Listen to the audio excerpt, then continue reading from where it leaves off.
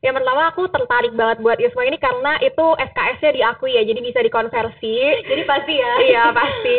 Terus yang kedua ini tuh daftar perguruan tingginya itu perguruan tinggi top di dunia, jadi masuk top 100. Jadi beliau ngomong, saya kan lulusan luar ya, jadi saya bisa melihat bagaimana sih perspektif saya melihat negara saya sendiri, dan di situ saya bisa melakukan perubahan. Itu penting banget ya. Jadi kalau misalnya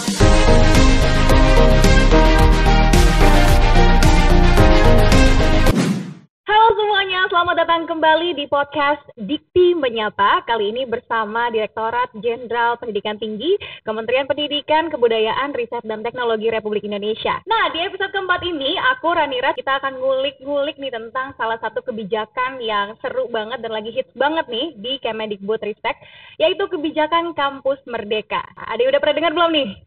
Mungkin teman-teman yang di rumah semuanya yang dengar nih, para insan dikti udah pada dengar statement langsung dari Bapak Menteri Nadiem Makarim. Beliau juga kemarin kalau nggak salah bikin podcast juga ya sama Pak Presiden. Beliau sudah menjelaskan sedikit poin-poin utama dari salah satu kebijakan yang paling hits nih di Kementerian Kemendikbudristek ya. Kenapa? Karena salah satu kebijakannya adalah memberikan kebebasan, memberikan hak bagi mahasiswa untuk belajar di luar prodi mereka selama 3 semester. Jadi mereka diberikan kebebasan nih, misalnya mau ngambil kegiatan-kegiatan di luar kampus, atau mungkin mau ngambil aktivitas-aktivitas lain yang sesuai dengan kemauan mereka, keahlian mereka mungkin, hobi dan minat mereka. Ini menarik sekali, karena apa? Karena Pak Menteri sendiri sudah men-statement bahwa kebijakan ini ditujukan untuk menciptakan mahasiswa-mahasiswa lulusan-lulusan sarjana yang unggul dan juga sesuai dengan kebutuhan di lingkungan kerja. Jadi ketika mereka lulus menjadi sarjana, mereka tidak bingung lagi dengan dunia nyata ya, karena mereka tidak terkungkung di kampusnya saja, di program studinya saja. Nah, ngomong-ngomong masalah tadi 3 semester, jadi di dalam 3 semester ini mereka akan diberikan kebebasan mengikuti beberapa kegiatan, di antaranya ada 8 kegiatan. Mereka bisa magang mungkin, bisa proyek di desa mungkin, atau mereka bisa berwirausaha, mereka bisa melakukan penelitian atau riset. Mereka juga bisa melakukan pertukaran pelajar, proyek atau mungkin studi independen, atau mereka juga bisa melakukan proyek kemanusiaan dan juga mengajar di sekolah. Nah, ngomong-ngomong karena kegiatannya itu ada banyak banget, kali ini kita kedatangan salah satu tamu. Dia adalah seorang mahasiswa yang kegiatannya kayaknya banyak banget di luar kampus ya, karena ini dia ini adalah seorang influencer yang bergerak di bidang beauty, terus juga lifestyle, tapi juga aktif di kampus. Kira-kira pengen tahu gimana kegiatan kampusnya? Langsung aja kita panggil ke sini Amelia Andani. Halo Kak. Oke, cerah banget nih Amel ya. Amel, apa kabar Mel? Alhamdulillah baik. Alhamdulillah baik ya.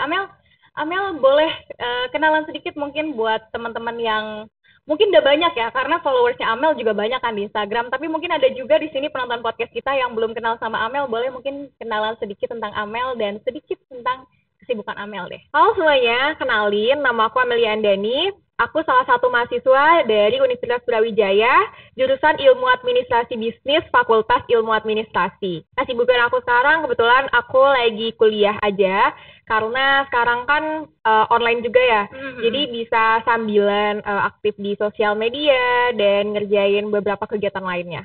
Wah, jadi Amel di Universitas Brawijaya, berarti di Malang ya? Iya. Jauh-jauh datang ke Malang, ke sini, ke Jakarta? Iya, benar. Luar biasa sekali. Rumah di mana, Amel? Aku tinggalnya sekarang di Malang. Oh, berarti karena WFH, tapi Amel tetap di Malang ya, stay-nya ya? Iya, benar Kak. Oh gitu. Nah, tapi Amel, kalau misalnya ngelihat, aku kan ngelihat sedikit nih sekilas sosial medianya Amel nih, kayaknya sibuk banget nih ya, main di sosmed, aktif di sosmed gitu kan. Kira-kira Amel di sosmed sibuknya ngapain aja sih biasanya? Ada kerja sama-sama campaign, terus endorse juga. Itu sih, sama ada beberapa photoshoot mungkin gitu. Jadi tetap sibuk ya, walaupun sambil kuliah tetap punya kesibukan lain ya. Wah, tapi biasanya itu susah banget tuh Mel, kalau misalnya kuliah tapi punya kesibukan lain, punya hobi lain. Kan Amel kuliahnya administrasi bisnis ya. Itu lumayan ribet lah ya, administrasi bisnis ya, tapi punya kesibukan lain, gimana sih ngimbanginnya? Sebenarnya tuh gimana kita ngatur time management aja sih Kak. Jadi kalau misalnya lagi ada kesibukan kuliah, soal kerjaan dan urusan sosial media tuh bisa di pause dulu. Atau kalau misalnya ada kerjaan, kuliah tetap nomor satu harus sih. Jadi tinggal ngebagi. Betul. Jadi kalau misalnya ada tawaran kerjaan, aku tinggal ngambil hari apa atau di jam apa yang nggak tabrakan gitu sama kuliah. Jadi yang penting paling utama pastinya kuliah ya Mel Iya, ya. bener banget, Kak. Nah, ngomong-ngomong masalah tadi administrasi bisnis, aku pengen tanya, ini Amel kenapa ngambil administrasi bisnis? Karena memang sukanya ke sana atau dapetnya ke sana atau gimana nih ceritanya? Jujur karena aku suka banget bisnis. Sebenarnya aku dulu jurusannya tuh lintas jurusan. Oh gitu. Iya, jadi karena aku sepertinya sudah mulai menemukan passion aku di bisnis. Jadi aku dulu punya beberapa pilihan jurusan gitu. Nah, semuanya tuh ketiga dari 4 jurusan yang aku pilih itu tentang bisnis gitu.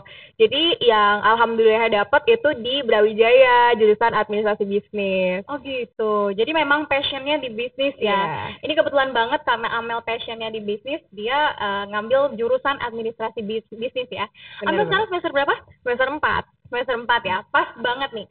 Karena sekarang tau gak Mel, kita lagi ngomongin kebijakan yang lagi in banget nih di pemerintahan, terutama di Kemendikbudristek ya.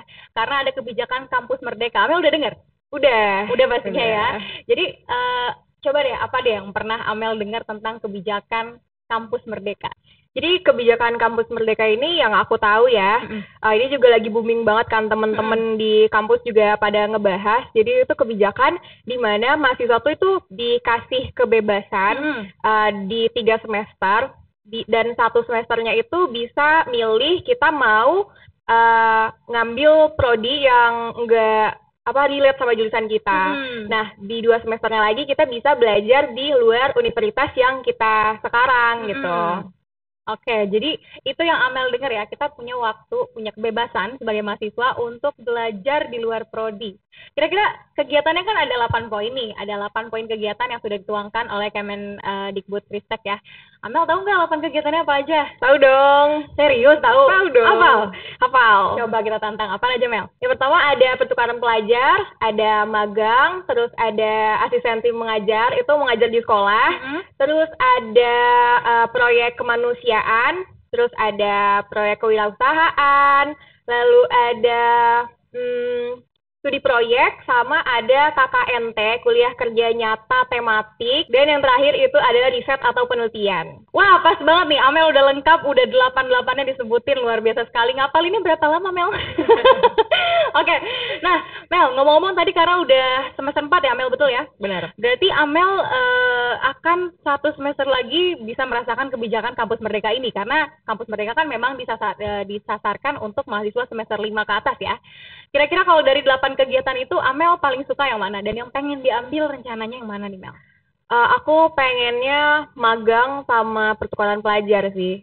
Magang sama pertukaran pelajar. Wah, seru banget tuh. Udah direncanain belum nih pertukaran pelajarnya? Kebetulan aku sekarang ikut yang pertukaran pelajar ISMA, Indonesian International Student Mobility Awards 2021. Oh iya, aku baru dengar tuh. Jadi itu salah satu program Dikti juga yang baru aja di launching kurang lebih 2 minggu yang lalu ya, Mel ya. Amel ikutan itu? Iya, kebetulan itu kemarin aku alhamdulillahnya habis interview, terus besok tinggal nunggu pengumuman.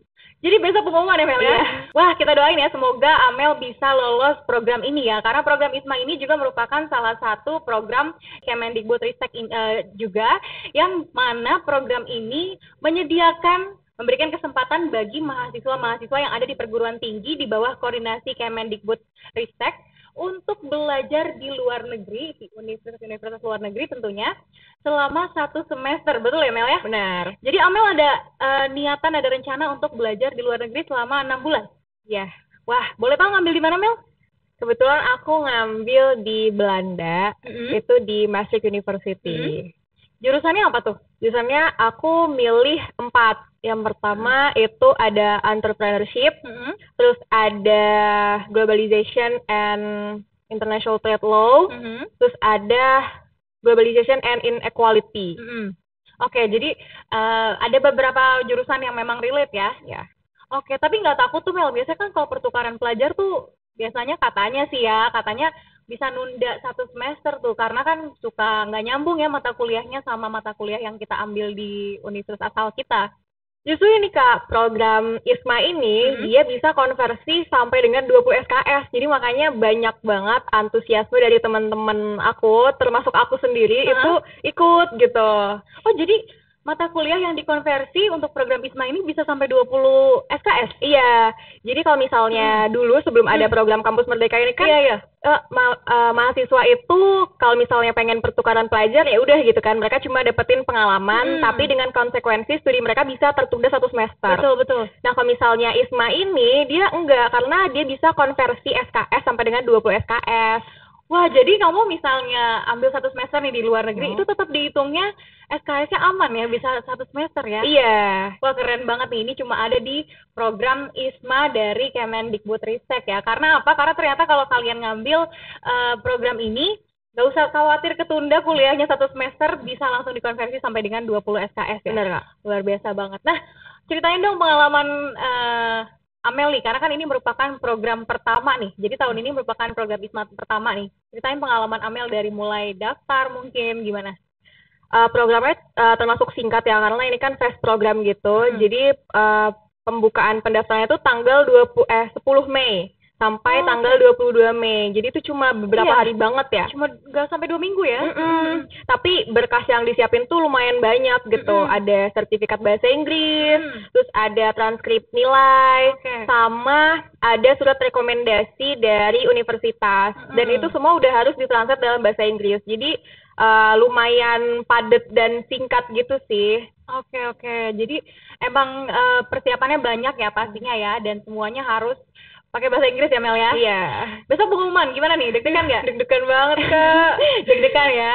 Kita doain semoga Amel besok bisa lolos dan 1 semester Amel akan menimba ilmu di negeri orang ya. Oke, Mel, tadi kan udah pertukaran pelajar. Satu lagi Amel pengen coba magang ya?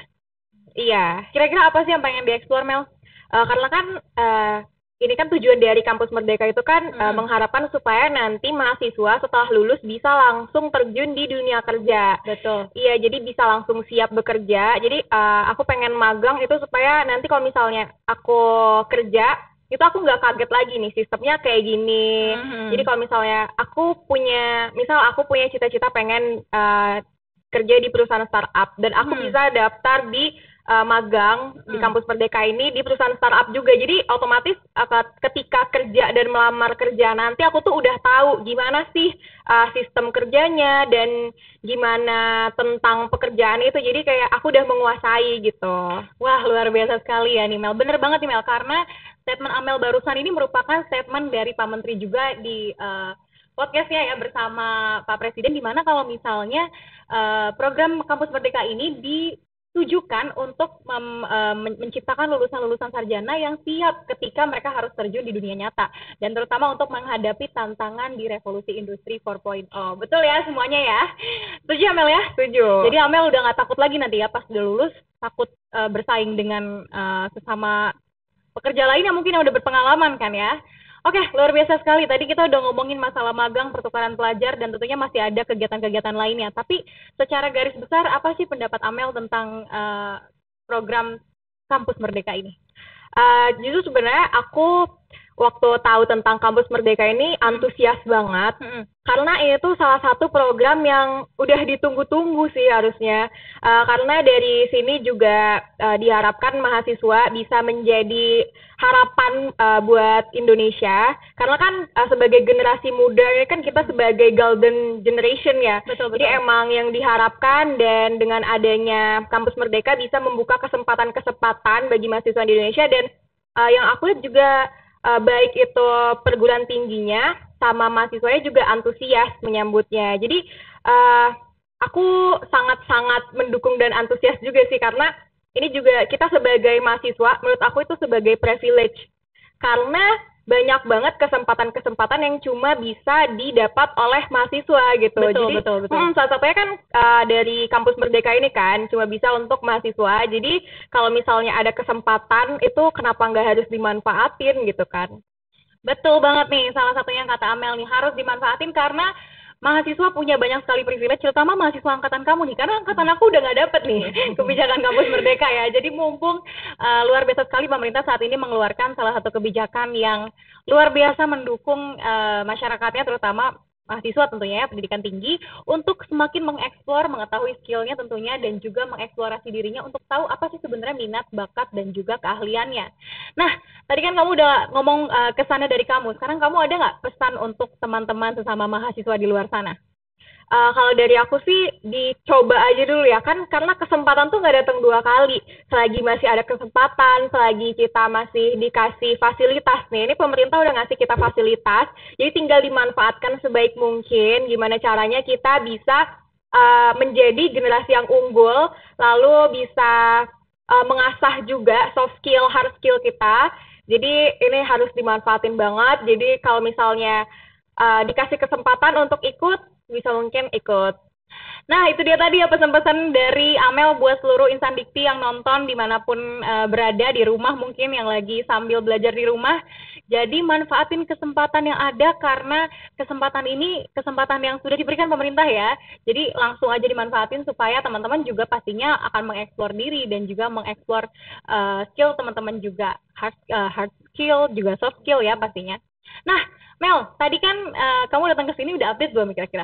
Udah dong. Udah update ya? Udah. Udah banyak yang kepo-kepo belum? Udah banyak banget. Udah banyak yang kepo-kepo ya? Ada yang nanya-nanya gitu nggak sih, Mel? Banyak nih, Kak. Mungkin bisa dilihat langsung kali ya, biar bisa dijawabin juga di sini ya. Oh, jadi langsung kita jawab ya. Jadi Boleh. tadi Amel udah buka open discussion di Instagramnya sama teman-temannya di Instagram tentang program Kampus Merdeka ini. Nah, ada beberapa pertanyaan yang masuk, mungkin kita jawab pertanyaan yang relate saja nih karena pertanyaan tadi banyak masuk, banyak banget yang masuk ya.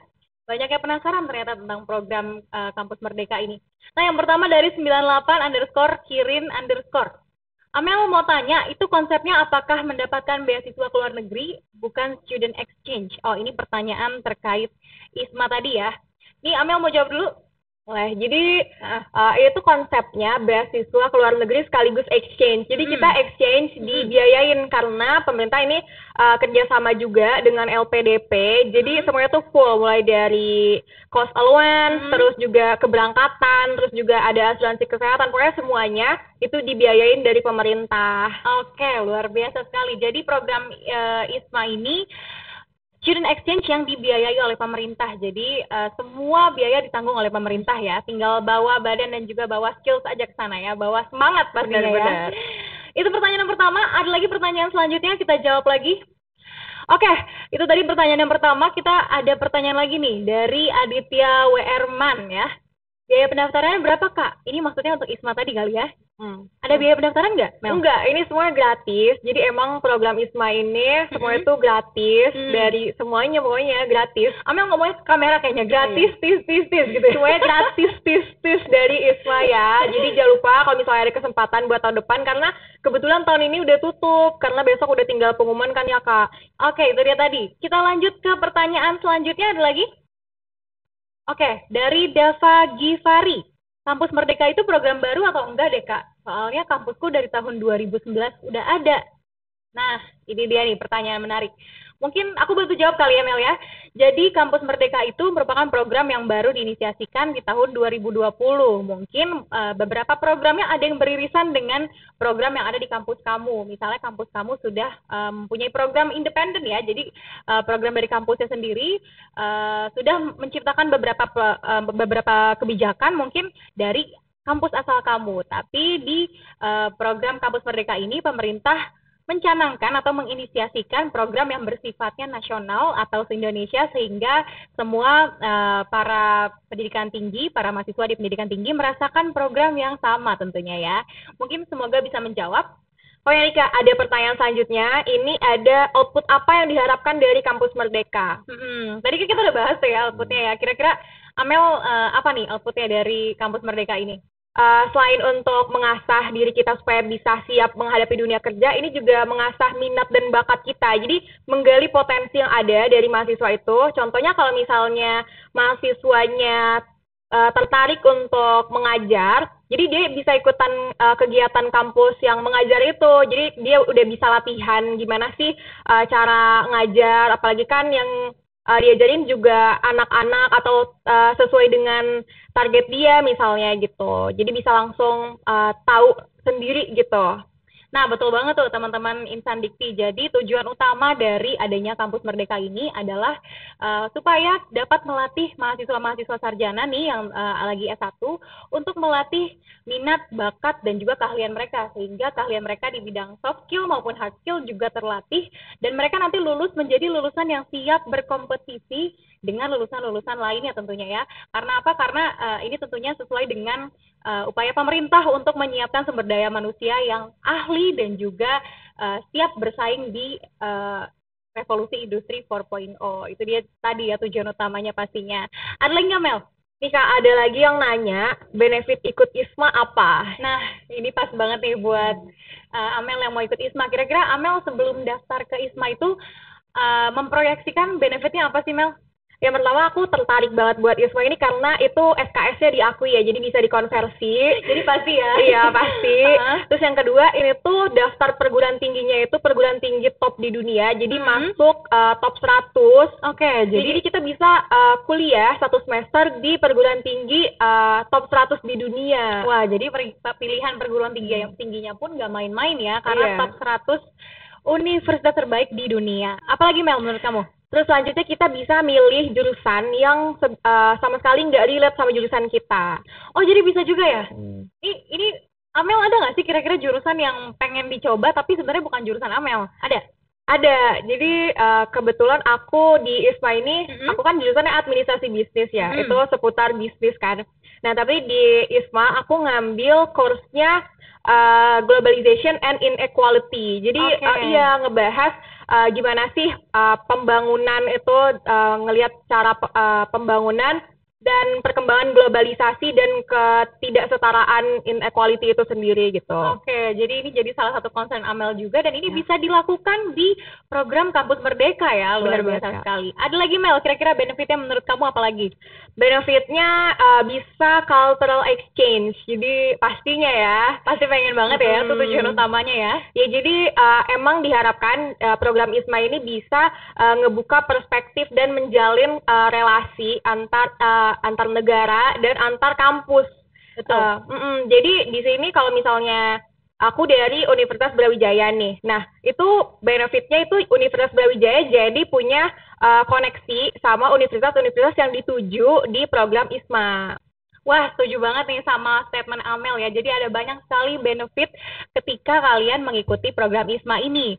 Dan tadi salah satunya yang aku highlight sedikit tadi, Amel bilang ada cultural exchange ya, di mana kita bisa mempelajari budaya luar tentunya ya, budaya di negara kita yang saat itu kita tuju. Ini juga sama nih sama statement Pak Menteri juga pada saat beliau lagi podcast sama Pak Presiden nih. Jadi beliau ngomong, saya kan lulusan luar ya, jadi saya bisa melihat bagaimana sih perspektif saya melihat negara saya sendiri dan di situ saya bisa melakukan perubahan. Itu penting banget Mel. Jadi kalau misalnya nanti kamu mungkin belajar di Belanda ya, amin gitu ya.